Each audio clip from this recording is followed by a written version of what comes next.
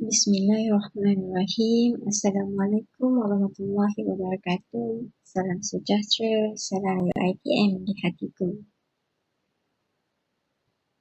Pertamanya, saya ingin mengucapkan selamat datang dan tahniah kepada semua pelajar Diploma Sains Komputer dan Diploma Sains Matematik kerana telah terpilih untuk meneruskan pengajian di UiTM Changi Johor, Kampus Segamat, Kampus Simponi Alam Digital dan Lestari. Selamat datang juga dan tahniah kerana menjadi sebahagian daripada Fakulti Sains Komputer dan Matematik. Saya Puan Yusnita binti Sukman, Ketua Pusat Pengajian Fakulti Sains Komputer dan Matematik UiTM Cawangan, Johor. Pada hari ini, saya ingin berkongsi sedikit maklumat mengenai beberapa perkara dan sebagai seorang pelajar, anda perlu mengetahui perkara ini bagi meneruskan kelangsungan hidup sebagai seorang pelajar di UiTM Johor. Berikut adalah perkara yang akan diperjelaskan di dalam video ini. Yang pertama mengenai pengenalan, pelan pengajian, pendaftaran kursus, kehadiran kuliah, status keputusan peperiksaan, cuti khas, penasihat akademik dan ke mana selepas diploma.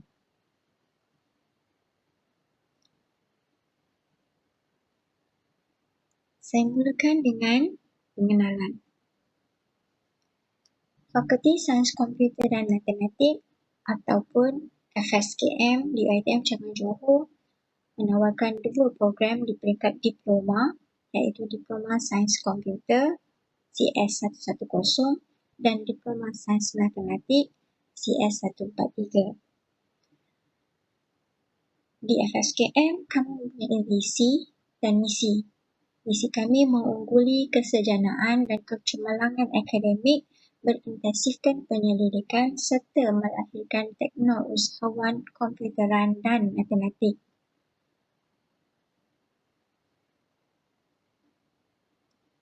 Untuk makluman semua pelajar, di FSKM kami mempunyai 50 orang tenaga pengajar iaitu pensyarah yang terdiri daripada 3 bidang utama iaitu sains komputer, matematik dan statistik.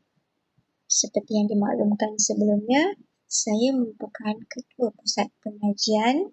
Saya boleh dihubungi melalui talian telefon atau melalui email seperti maklumat yang tertera. Saya juga dibantu oleh koordinator kursus dan kerani program dalam urusan berkaitan dengan akademik. Jika terdapat sebarang pertanyaan atau permasalahan, boleh menghubungi saya ataupun mereka seperti yang dipaparkan di skrin.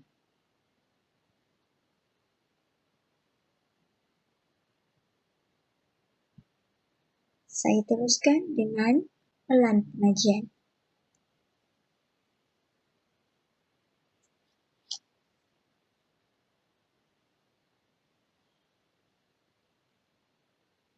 Pelan pengajian merupakan komponen kurikulum dan tempoh pengajian yang mengandungi kursus-kursus yang ditetapkan oleh universiti untuk tujuan penganugerahan diploma.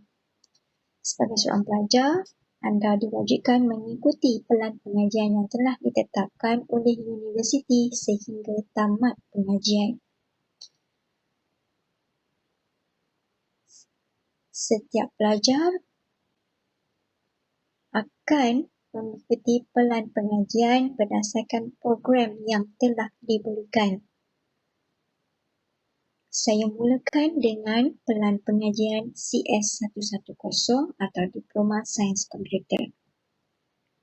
Tempoh pengajian bagi Diploma Sains Komputer adalah 2,5 tahun atau bersamaan dengan 5 semester. Ini merupakan Senarai khusus yang perlu diambil oleh para pelajar CS110 pada semester 1. Para pelajar perlu mengambil 8 kursus dengan jumlah jam kredit adalah 18 jam.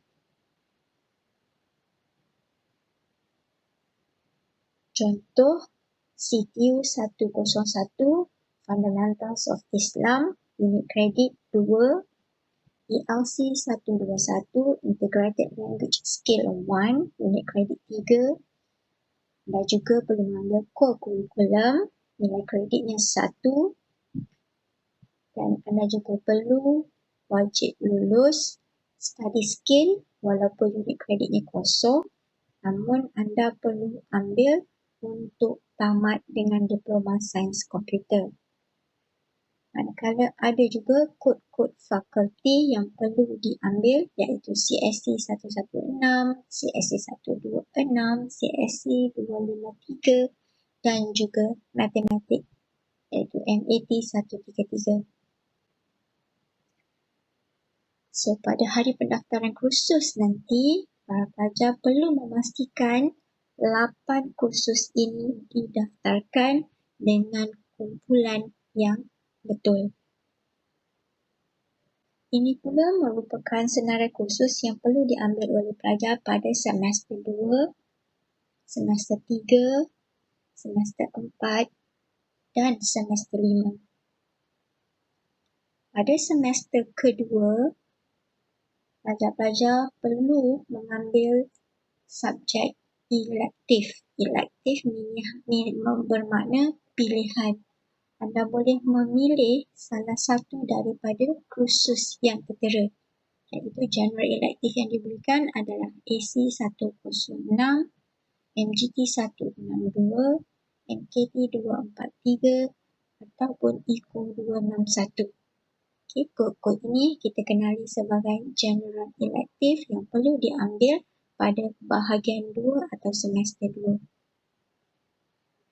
Selain daripada itu, pelajar CS110 juga perlu mengambil elektif 1 dan elektif 2 pada semester 3 dan semester 4.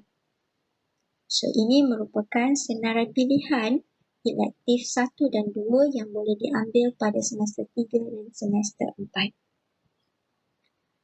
Pada semester yang kelima, pelajar CS110 perlu menjalani practical training yang mana practical training ini akan dijalankan di luar kampus. Pelajar perlu mencari organisasi yang berkaitan dengan sains komputer untuk menjalani latihan industri selama 14 minggu.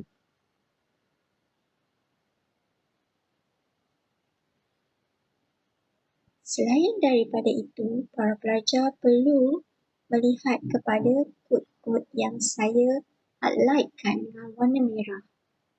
So, kod-kod ini merupakan kod-kod yang mempunyai prasyarat.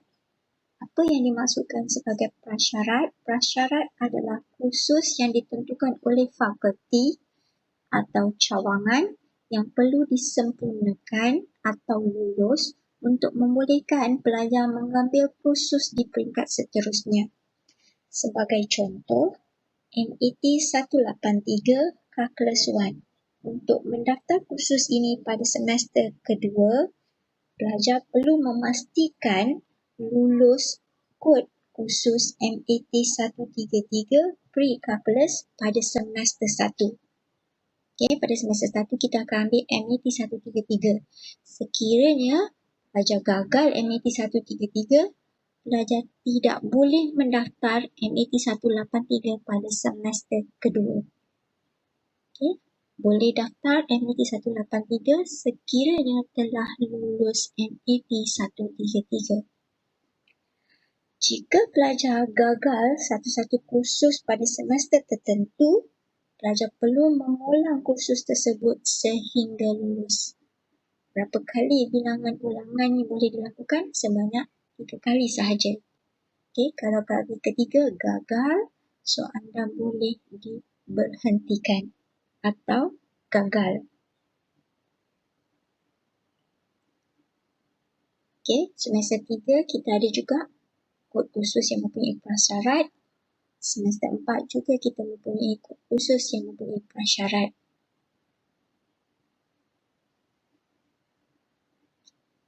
Itu pelan pengajian bagi Diploma Sains Komputer. Saya teruskan dengan pelan pengajian bagi CS143. Seperti CS110, tempoh pengajian bagi CS143 juga 5 semester ataupun 2,5 tahun. So, ini merupakan senarai khusus yang perlu diambil pada semester 1. CPU 101, PLC 121, HBU, UED, MAT 133, MAT 123 dan yang terakhir STA 111. Pelajar Diploma Sains Matematik pada bahagian 1, mereka perlu membawa 7 subjek ataupun 7 kursus dengan jumlah jam kredit sebanyak 15. Ini pula adalah senarai khusus pada semester kedua, semester ketiga, semester keempat dan semester kelima. Sedikit berbeza dengan pelan pengajian bagi pelajar CS110. Bagi pelajar CS143, selama 5 semester, pelajar perlu berada di kampus membawa kursus-kursus yang telah ditetapkan. Pelajar CS143 tidak perlu menjalani latihan industri seperti pelajar CS110. Saya mohon kerjasama kepada semua pelajar untuk cakna dengan pelan pengajian masing-masing.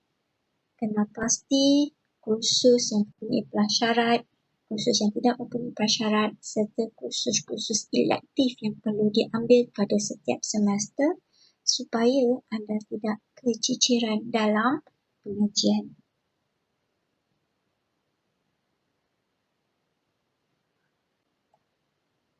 Ini merupakan senarai elektif, kursus elektif yang boleh dipilih oleh pelajar-pelajar CS143. Para pelajar CS143 boleh mengambil elektif 1, 2, 3 dan 4 pada semester 4 dan semester 5. Iaitu 2 elektif pada semester 4 dan 2 lagi elektif pada semester 5. So, boleh pilih mana-mana kursus yang diminati untuk diambil pada setiap semester yang dinyatakan. Seterusnya, saya pergi kepada pendaftaran kursus. Setelah mengenal pasti apa kursus yang perlu diambil pada setiap semester, pelajar perlu mendaftar kursus-kursus tersebut. So, bagaimana nak mendaftar? Pelajar boleh mendaftar secara online melalui iStudent Portal. Apa yang pelajar perlu buat? Pertamanya, pelajar perlu melihat jadual waktu bagi setiap subjek yang dipilih. Okay, pertama sekali, apabila hendak membuat pendaftaran kursus, sila pastikan pelan pengajian dan jadual terkini dirujuk sebelum mendaftar. Kursus yang mempunyai prasyarat perlu disemak sama ada pelajar telah lulus ataupun tidak prasyarat yang ditetapkan. Pastikan juga kelas tidak bertindih di slot masa yang sama dan juga memastikan kumpulan kelas yang betul semasa pendaftaran dipilih. Setiap pelajar telah pun saya berikan kumpulan kelas masing-masing. So, sila pastikan kumpulan kelas anda mesti mempunyai kod seperti berikut. JCS 110-1A atau JCS 1431A. J bermaksud kampus Johor atau kampus Segamat. CS 110 adalah program. 1 bermaksud bahagian dan yang ujung sekali A itu bermaksud kumpulan. So, maksudnya kalau katakan dalam senarai nama anda berada pada JCS 1101C, semua subjek pada bahagian 1 perlu didaftarkan pada kumpulan JCS 1101C. Okay, tidak boleh campur-campur. Tak boleh MAT 133 dekat JCS 1101A, CQ 101 dekat 1B, tak boleh. So, kalau satu kelas, kalau saya tetapkan untuk 1A, semua kursus mesti berada di kumpulan yang sama. Tidak boleh tukar kumpulan atas sebab-sebab yang munasabah. Memulai semester 2 nanti, so kumpulan kelas tu akan berubah mengikut keperluan anda. Okay, tapi untuk semester 1 pada masa ini, kumpulan kelas telah pun ditetapkan.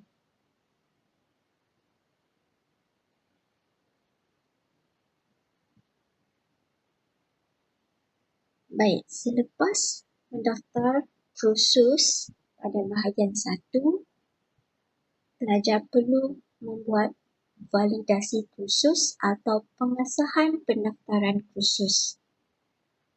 Pengesahan pendaftaran kursus boleh dilakukan secara online melalui iStudent Portal juga seperti mendaftar kursus tadi. So, semasa membuat pengesahan pendaftaran kursus,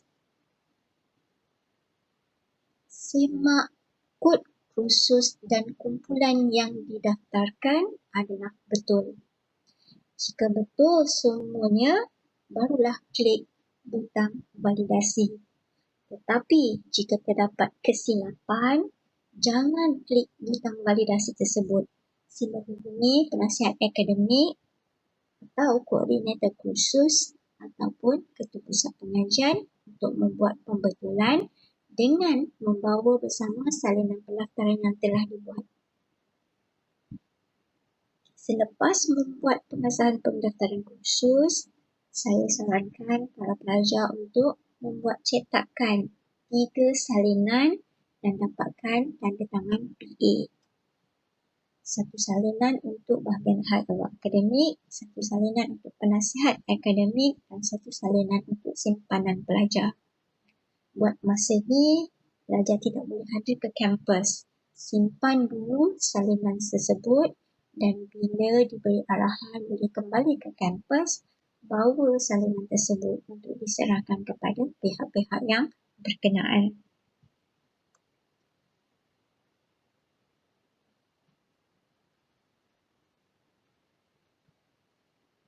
Okay, selepas daftar kursus, selepas dah sahkan semua kursus-kursus yang berdaftar, okay, para pelajar bertanggungjawab untuk menghadiri kuliah-kuliah yang dijadualkan.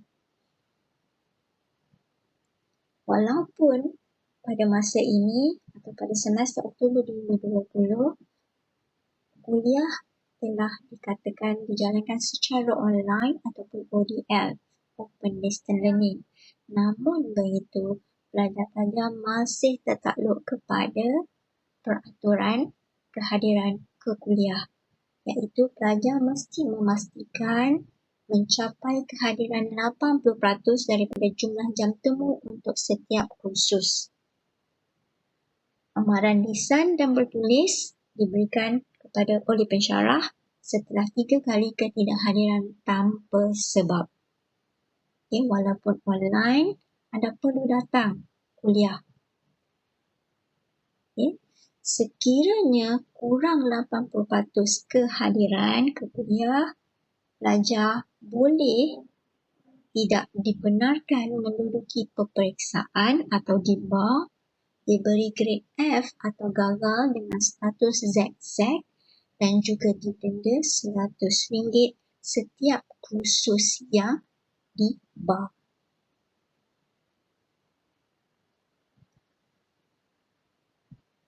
Oleh itu, saya mohon kerjasama semua pelajar untuk hadir ke kuliah.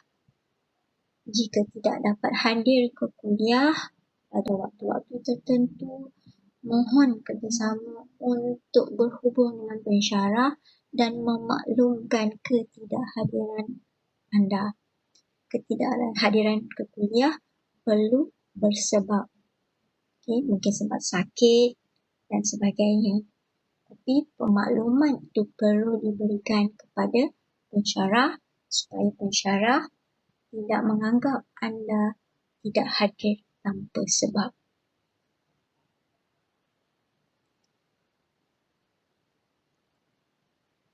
Saya teruskan dengan status keputusan peperiksaan. Selepas hadir kuliah, para pelajar akan menjalani peperiksaan. Membuat kerja khusus sepanjang semester pengajian. Setelah itu, di hujungnya, setiap kursus itu akan dinilai dan diberi grade serta markah. Untuk lulus satu-satu kursus, markah paling minimum yang perlu diperolehi adalah 50. Sekiranya anda memperolehi kurang daripada 50, so anda akan diberi status gagal kepada kursus tersebut. Jadual ini merupakan markah grade, nilai grade serta status yang boleh diberikan kepada setiap kursus yang anda ambil. Keputusan setiap kursus boleh diberi dengan kod-kod berikut. Jika LU, nilai lulus, F1 gagal kursus kali pertama, F2 gagal kursus kali kedua, F3 gagal kursus kali ketiga, FD tindakan disiplin, XX tidak hadir peperiksaan dengan kebenaran, YY tidak hadir peperiksaan tanpa kebenaran, dan last sekali ZZ tidak dibenarkan mengambil peperiksaan. ZZ ini untuk status yang apa tadi? Yang di bar jika tidak capai 80% kehadiran ke kuliah. Selain daripada itu, status keputusan peperiksaan juga boleh diberi berdasarkan pencapaian CGPA anda. Contohnya, ANC tamat dengan anugerah Naib Chancellor. Tamat dengan anugerah Naib Chancellor bermaksud anda mendapat anugerah dekan pada setiap semester, dari semester 1 sampai semester 5. Dan akhir sekali anda akan tamat dengan ANC, iaitu tamat dengan anugerah Naib Chancellor. ES tamat dengan anugerah dekan, maksudnya mungkin anda dapat anugerah dekan pada semester yang terakhir sahaja. Dan anda boleh juga diberi TM, iaitu tamat. AD, anugerah dekan. Anugerah dekan boleh diperolehi dengan cara GPA anda mencapai sekurang-kurangnya 3.5 dan ke atas. Ataupun pencapaian juga CGPA juga boleh diberi dalam bentuk LU, lulus, P, perhatian, iaitu tidak memuaskan. Lulus tetapi dalam perhatian itu kurang memuaskan. So, status P ada dua, P1 dan P2. P1 CGPA di antara 1.8 hingga 1.99 pada sesuatu semester. Katakan nanti di hujung semester, selepas periksa, anda dapat 1.87. So, anda boleh diberikan P1 contohnya. P juga boleh diberikan dalam bentuk P2, status perhatian kedua. CGPA kurang 2 selepas mendapat P1 pada semester terakhir sebelumnya. Dan last sekali, dan terakhir sekali, keputusan peperiksaan boleh diberi dengan D.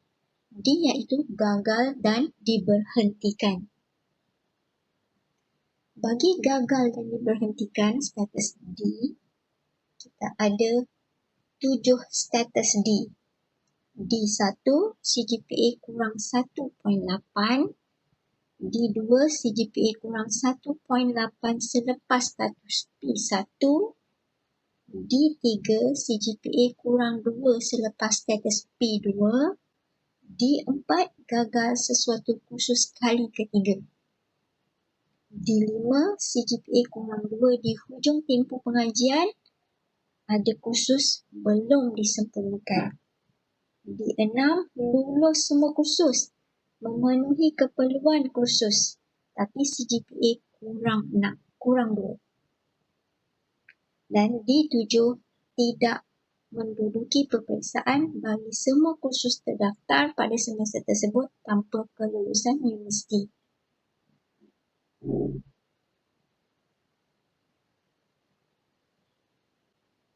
Itu status keputusan peperiksaan. So, diharapkan para pelajar yang saya kasihi akan cakna dengan status keputusan peperiksaan ini. So, jangan terkejut bila mendapat status-status yang sebegini. Saya teruskan dengan cuti khas.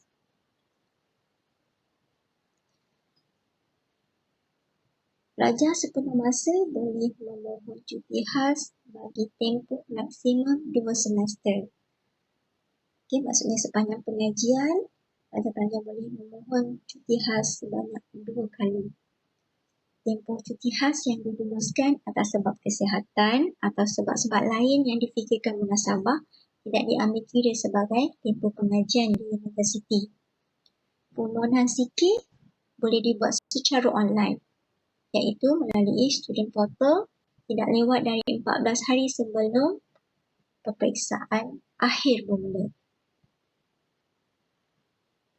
Sebagai contoh, katakanlah 17 hari lagi final exam, tiba-tiba anda jatuh sakit, tidak dapat untuk meneruskan pengajian atas sebab-sebab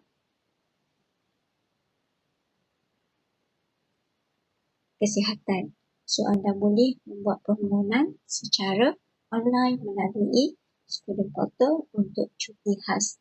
Bila cuti khas, semester tersebut tidak dikira sebagai semester pengajian. So, anda perlu mengambil subjek-subjek tersebut pada semester akan datang setelah anda tamat cuti khas. Cuti khas disebabkan kesihatan perlu sertakan dengan surat atau laporan yang dikeluarkan oleh pegawai perubatan atau hospital.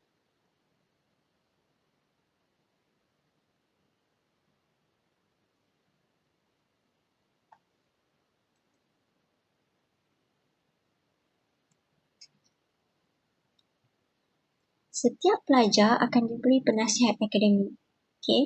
Fungsi penasihat akademik adalah sebagai penasihat untuk menasihatkan secara akademiknya dan merancang pengajian pelajar. Sebagai orang tengah, berbincang dan berhubung dengan pegawai yang berkenaan untuk menyelesaikan sebarang isu akademik mengenai pelajar di bawah seliaannya, sebagai pembimbing, membimbing pelajar dalam merancang pengajiannya, dan juga sebagai pemantau. Pemantau iaitu memantau prestasi dan proses kitaran akademik pelajar sepanjang pengajian, termasuk pendaftaran, validasi, perkuliahan dan peperiksaan. So, nanti saya akan keluarkan senarai untuk setiap pelajar siapakah penasihat yang boleh anda hubungi untuk merancang pengajian anda selama 5 semester di sini. Dan akhir sekali, ke mana selepas diploma? Selepas diploma sains komputer atau diploma sains matematik, pelajar boleh bekerja ataupun meneruskan pengajian.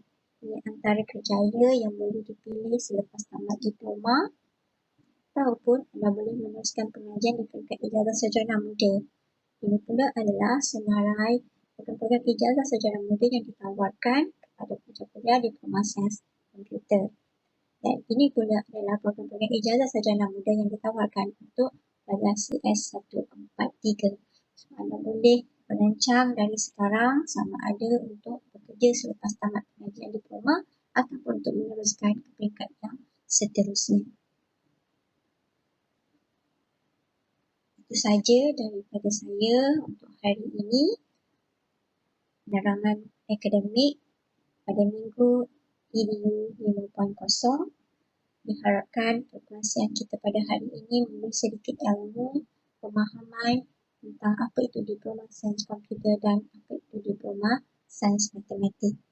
Akhir kata, saya ucapkan tahniah sekali lagi dan selamat berjaya kepada anda semua. Sekian, wabillahi taufiq wal hidayah. Wassalamualaikum warahmatullahi wabarakatuh.